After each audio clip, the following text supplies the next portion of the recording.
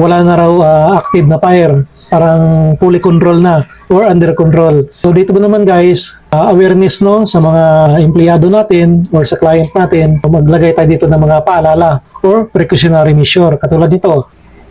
Ayun guys, so meron pala akong ginawa dito na report guys no, dito sa computer ko no or dito sa PC ko. So gusto ko lang i-share sa inyo guys na halimbawa ngayong time na to ngayon guys no or kung dito naman kayo sa NCR or sa Metro Manila na assign or sa mga kalapit na probinsya, malamang gamit na gamit nyo to guys or pwede nyong i-report ito or applicable din to sa inyo. Indoor man yan or outdoor yung pwesto ninyo, ibig ko sabihin, kung nasa loob man kayo ng opisina or nasa labas, no? Kunyari gater, basta sa labas, kung ano man yung pwesto ninyo, pwede ninyo ito magamit guys. Itong report na to, update lang to no, sa mga client natin. Porque hindi naman kasi affected yung mga area natin, hindi directly naapektuhan, pero pwede natin i-update to or i-report. So ito guys, itong ginawa kong report regarding to no, dun sa nabutas landfill. Yung nasunog guys no na ginawang basurahan, pero yung basurahan na yun guys or yung landfill na yun nag-close na yun no, or pinasara na yun nung year 2025 nakarang taon, so hindi na yung ginagamit, hindi na yung operational. Yun nga lang dahil sa tag-init ngayon nag-trigger guys no, kaya nasunog yung halos 4 hectare mahigit no na lupa or yung landfill. So yun ngayon yung problema natin ngayon. Kaya nga po guys, paalala lang din no na kapag lumabas tayo ng bahay at alam nating may haze or malikabok, kasi masama po yung air quality natin ngayon, unhealthy no dito sa Metro Manila.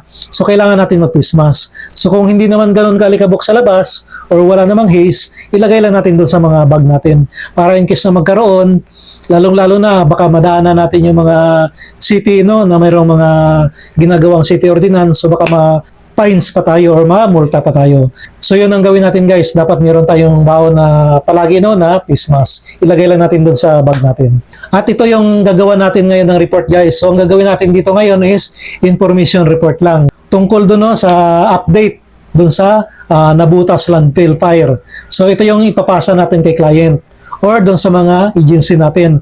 Para kahit na normal situation yung mga area natin or yung EOR natin, meron tayong ginagawa. Of course, dapat ilagbok pa rin natin. So ito guys, ito yung ginawa ko ngayon. Gusto kong i-share to sa inyo, no? So kung sa YouTube ka nanonood ngayon, ilalagay ko to sa description box ng video, yung sample ng report.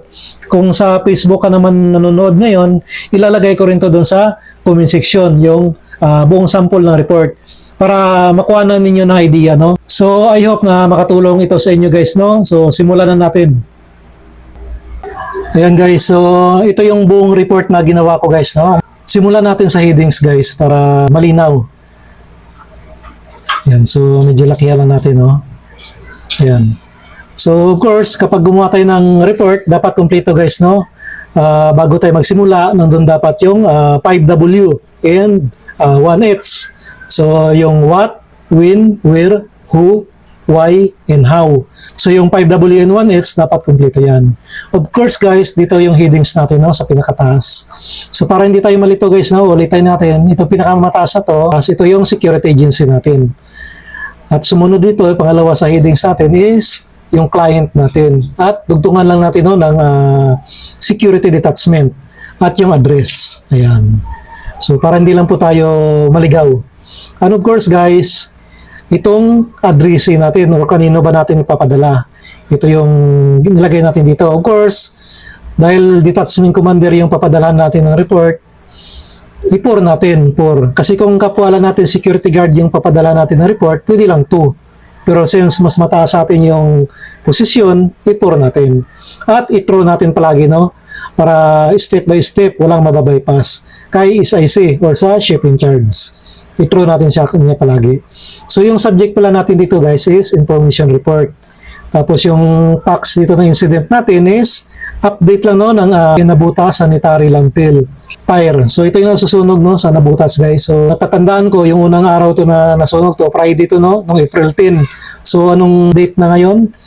May 1, Friday. So ibig sabihin ilang weeks na nasusunog. So hanggang ngayon guys, ongoing yun. So talagang napakasama ng Kasi meron na nga doon no, yung mga malapit doon na nakatira, yung mga resident doon sa lugar, apektado na talaga sila. Yung iba nagkakasakit na.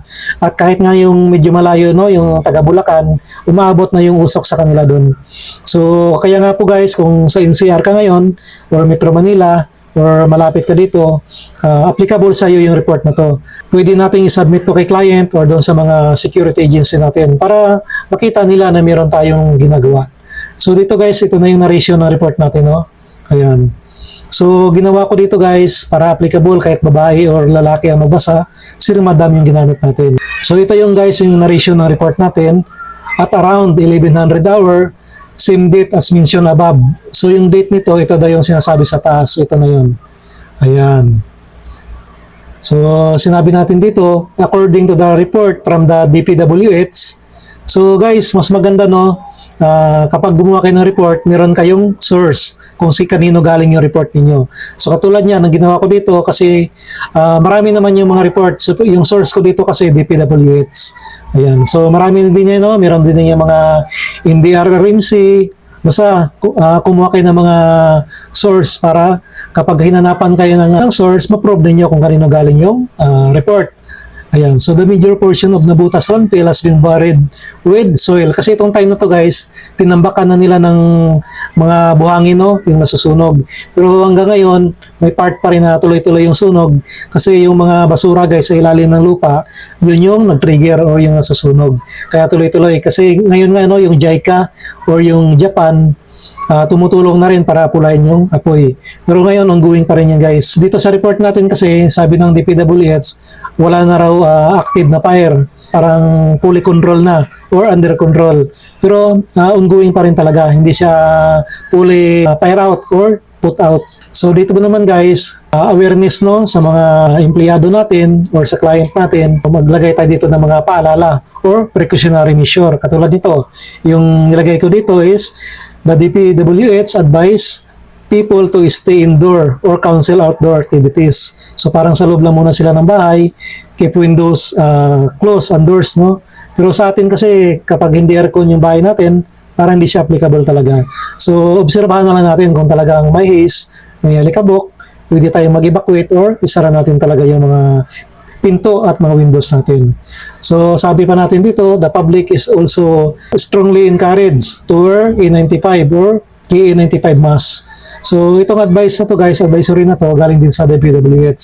So nilagay lang natin dito, lagi tayo dapat mayroong source ng news para malinis yung report natin. Kumbaga, mapoprove natin na ito hindi natin gawa-gawa. And of course guys, dito sa baba, huwag natin lagi kalimutan, no? For your information and reference. Ayan. Tapos of course, yung prepared by, tapos tayo no, yung SG, kunyari, ang example natin, yung guard on duty natin si Juan de la Cruz. So yan palagi. So dito guys, assuming na kasi may meron tayong DC dito, yung detachment commander, assuming na roving tayo dito, no? At nag-iikot-ikot tayo sa lugar, na-observe natin na yung air quality, may haze, at malikabok. Kaya gumawa tayo ng report para kay DC. Pero kung single post yung pwesto nyo dyan guys pwede nyo i-direct yan sa facilities nyo. Or kung sino yung security coordinator nyo dyan. Ayan, ilagay nyo dito. Ayan, kunyari facilities, or kanino ba? Kung karamihan naman dyan, pag single post, diretso kay client, yan. Tapos, gawa din kayo para sa agency niyo. Para makita nila guys kung gaano tayo ka-effort dun sa mga pwesto natin. At para pagdating ng renewal or matapos yung kontrata natin, possible, no? Malaki yung advantage na ma-renew tayo. Ayan, so itong sample na to guys, ilalagay natin dyan sa comment section, no? Or dyan sa description ng video para makuha ninyo ng idea to, no? In your future report. Actually guys, pwede niyo itong gawin agad-agad, no? Para naman dagdag pogi points kay client.